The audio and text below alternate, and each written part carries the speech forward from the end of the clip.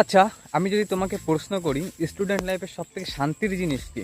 উত্তর সিম্পল, নিজের টাকায় নিজের প্রয়োজন মেটানো। হয়তো খুব বেশি টাকা নয়, কিন্তু যখন মা বাবার থেকে না নিয়ে নিজের টাকায় একটি পেন কিনবে, একটি খাতা কিনবে, সেই তৃপ্তিটাই একেবারে আলাদা।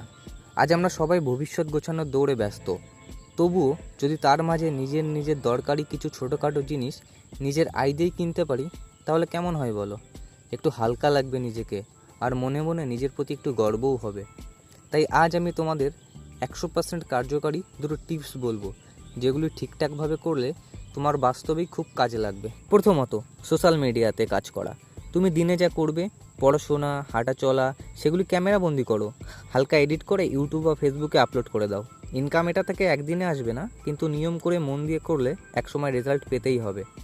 আর তোমার যদি এই টিপসটা কাজে না লাগে, অপেক্ষা করো পরের টিপসের জন্য, সবথেকে গুরুত্বপূর্ণ ও ভালো টিপস। দ্বিতীয়ত, টিউশন।